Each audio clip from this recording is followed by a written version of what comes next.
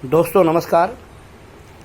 हम आपको बताने वाले हैं कि 2050 में विश्व के लिए टेक्नोलॉजी की भविष्यवाणियाँ क्या हैं, यानी 2050 में टेक्नोलॉजी कहाँ से कहाँ पहुँच जाएगी और क्या होने वाला है, इसके बारे में आपको हम जानकारी देने जा रहे हैं। Technology prediction for world in 2015।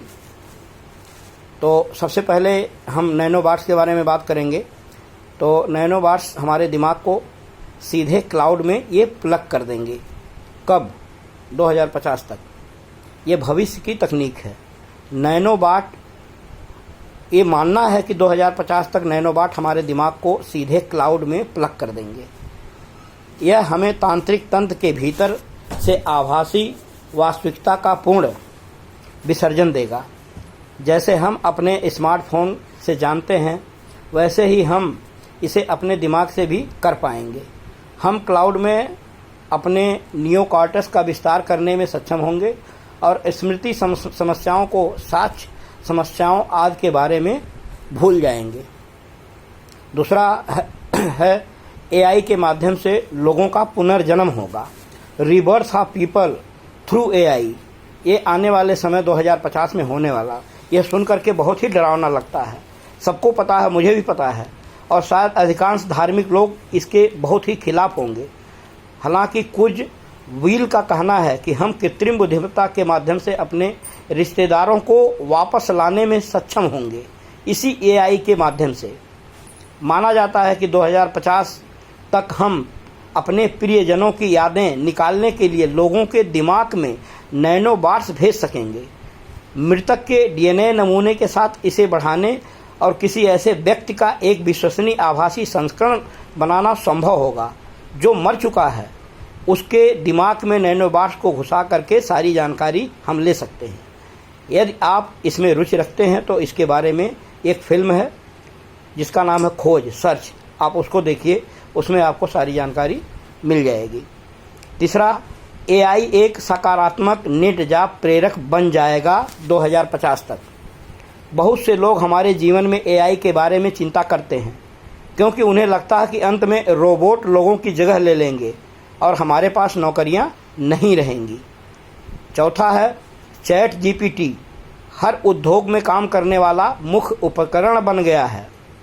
तो ये चैट जीपीटी मैनुअल कार्यों को गति देता है और उन्हें स्वचालित करता है, जैसे एस्से यानी निबंध लेखन, कोड सुधार, अनुबंध बनाना यानी एग्रीमेंट करना आदि। कुछ उदाहरण है कि चैट जीपीटी एक दिन में कई काम मिनटों में कर सकता है और सॉफ्टवेयर विकास प्रक्रियाओं में चैट जीपीटी को लागू करना शुरू कर दिया है। पांचवा है आईओटी तकनीक उत्पाद डिजाइन बदल देगी। फोर्ब्स के अनुसार 2050 तक नए उत्पाद डिजाइन के लिए आईओटी तकनीकी 95% इलेक्ट्रॉनिक होगी और 2050 तक यह उम्मीद है कि सब कुछ क्लाउड और इंटरनेट से जुड़ा हुआ होगा, ये फोर्ब्स मैगजीन ने कहा है। छठा है अंतरिक्ष पर्यटक कक्षा में एक सप्ताह, space tourism a week in orbit. Business insider के अनुसार अंतरिक्ष पर्यटक 2050 में संभव हो सकता है। अंतरिक्ष पर्यटन लेकिन संभवतः केवल बहुत अमीर लोगों के लिए ही होगा। जेफ बेजो की ब्लू ओरिजिनल और एलोन मस्क की स्पेस एक्स जैसे रॉकेट कंपनियां अंतरिक्ष यात्रा को इतना आगे बढ़ाएंगी कि 2050 में पर्यटक यानी आने जाने वालों की संभावनाएं बढ़ जाएंगी। लोग अंतरिक्ष पर यात्रा करेंगे, टूर करेंगे। उदाहरण के लिए कोई व्यक्ति जो 100 मिलियन क्विट का भुगतान कर सकता है वह कक्षा में एक सप्ताह बिता सकता है, यानी अंतरिक्ष में एक सप्ताह बिता सकता है। लेकिन यह 2050 में केवल अमीर लोगों के लिए ही होगा। सातवां है सेल्फ ड्राइविंग कारें ड्राइविंग को सुरक्षित बनाएंगी। इन वर्षों में सेल्फ ड्राइविंग कारों से जुड़ी दुर्घटनाओं के सुर्खियों में रहने के बावजूद एआई का यह क्षेत्र हमारी सड़कों पर होने वाली मौतों और चोटों को नाटकीय रूप से कम कर दिया है। स्टैनफोर्ड यूनिवर्सिटी की एक रिपोर्ट के अनुसार सेल्फ ड्राइविंग कारें न केवल यातायात संबंधी मौतों और चोटों को कम करेंगी बल्कि वे हमारी जीवन शैली में भी बदलाव ला सकती हैं। हमारे पास अपने लिए अधिक समय होगा। जैसे अभी साइबर मिस्त्री टाटा के चेयरमैन, उनका एक्सीडेंट हुआ कार ड्राइविंग करते समय। इसके अलावा सेल्फ ड्राइविंग कारें और साझा परिवहन के साथ बढ़े हुए आराम और संज्ञात्मक भार में कमी से लोग जहां रहना चुनते हैं उस पर असर पड़ सकता है। 8वां है आईफोन। अपने आईफोन को एक प्लांट की शक्ति से आप रिचार्ज कर सकते हैं। क्या आप जानते हैं कि आप अपने आईफोन को एक प्लांट की शक्ति से चार्ज कर सकते हैं? वन जो फॉरेस्ट है, जो वन है, वो भविष्य में ऊर्जा केंद्र बन सकते हैं। अब यह संभव हो रहा है। जैसे उदाहरण के लिए बायो एक क्लीन टेक कंपनी है जो पौधों के प्रकाश संरक्षण से बिजली पैदा करने में सक्षम है। 9वां है महासागर तपीय ऊर्जा हमें 100% नवीनीकरण ऊर्जा की ओर ले जा सकता है। महासागर तपीय ऊर्जा एक बड़े पैमाने पर अप्रयुक्त संसाधन है और दुनिया के सबसे बड़े नवीनीकरण ऊर्जा के स्रोतों में से एक है। उदाहरण के लिए अभी ब्लू राइज महासागर तपीय ऊर्जा रूपांतरण के माध्यम से उपयोगिता पैमाने पर बिजली पैदा करने की एक ऊर्जा सफल बनाने पर काम कर रहा है। यह जीवाश्म ईंधन आधारित उत्पादन और अन्य नवीनीकरण ऊर्जा को मात देने में सक्षम होगा, जिसके लिए भंडारण ग्रिड संतुलन की आवश्यकता होगी। यह भविष्य के ऊर्जा मिश्रण में महत्वपूर्ण भूमिका निभाएगा क्योंकि एक बहुत कम निरंतर ऊर्जा के स्रोतों में से एक है जो साल भर दिन और रात उपलब्ध रहेगा। 10वां है यूरोपीय संघ को आईटी कर्मचारियों की कमी का सामना करना पड़ सकता है। यूरोप में डेवलपर की भारी मांग है, सॉफ्टवेयर डेवलपर। फिर भी अधिकांश आईटी शिक्षा पूरी तरह से अंग्रेजी में उपलब्ध है। अकेले यूरोप में 24 आधिकारिक भाषाएं बोली जाती हैं। इसमें कोई आश्चर्य की बात नहीं है कि गैर देशी अंग्रेजी बोलने वाले अपनी भाषा में सीखना पसंद करते हैं।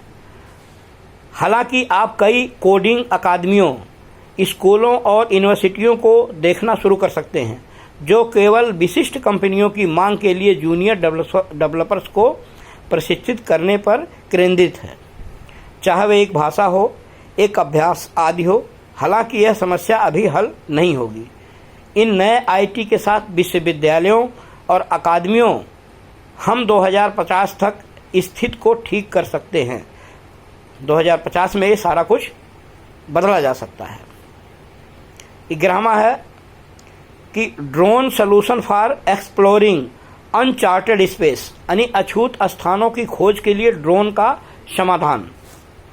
भूमिगत खादानों की गहराई में कुछ क्षेत्र दुर्गम हैं जहां आदमी पहुंच नहीं सकता है, लेकिन इकोनोवा जैसी कंपनी ने ऐसे ड्रोन बनाने पर काम करना शुरू कर दिया है जो उड़ते हैं, चलते हैं और चढ़ते हैं और जोन को स्कैन करने और उनका 3D मानचित्र बनाने के लेजर तकनीकी का उपयोग करते हैं। इस उन्नत हवाई रोबोटिक तकनीक के साथ हम मानव निर्मित बुनियादी ढांचे से अछूत किसी भी स्थान तक मानव को पहुंचाने में सक्षम होंगे। 12वां है दुनिया में मौजूदा नौकरियों में से आधी नौकरियां 2050 में मौजूद रहने की कोई संभावना नहीं है। यानी ये जो टेक्नोलॉजी का दौर जिस तरह से बढ़ रहा है, chat GPT, AI, human computer, इसको देखते हुए कि 2050 तक दुनिया की आधी नौकरियां ख़त्म हो जाएंगी। दुनिया हमारी सोच से कहीं अधिक तेज़ी से बदल रही है और जिस तरह से हम चीज़ों को सीखते हैं और सिखाते हैं उसे बदलना चाहिए। नियोक्ताओं को अपने कर्मचारियों को उनके व्यावसायिक विकास का स्वामित्व लेने के लिए सशक्त बनाकर कार्यस्थल पर एक आकर्षक सीखने की संस्कृति का निर्माण करना चाहिए। ये नया क्रिएटिविटी लानी चाहिए। ये नवाचार और प्रौद्योगिकियाँ हैं, टेक्नोलॉजी है जो मुझे सबसे दिलचस्प लगती है। मुझे यकीन है उनमें से और भी बहुत कुछ हैं। अगर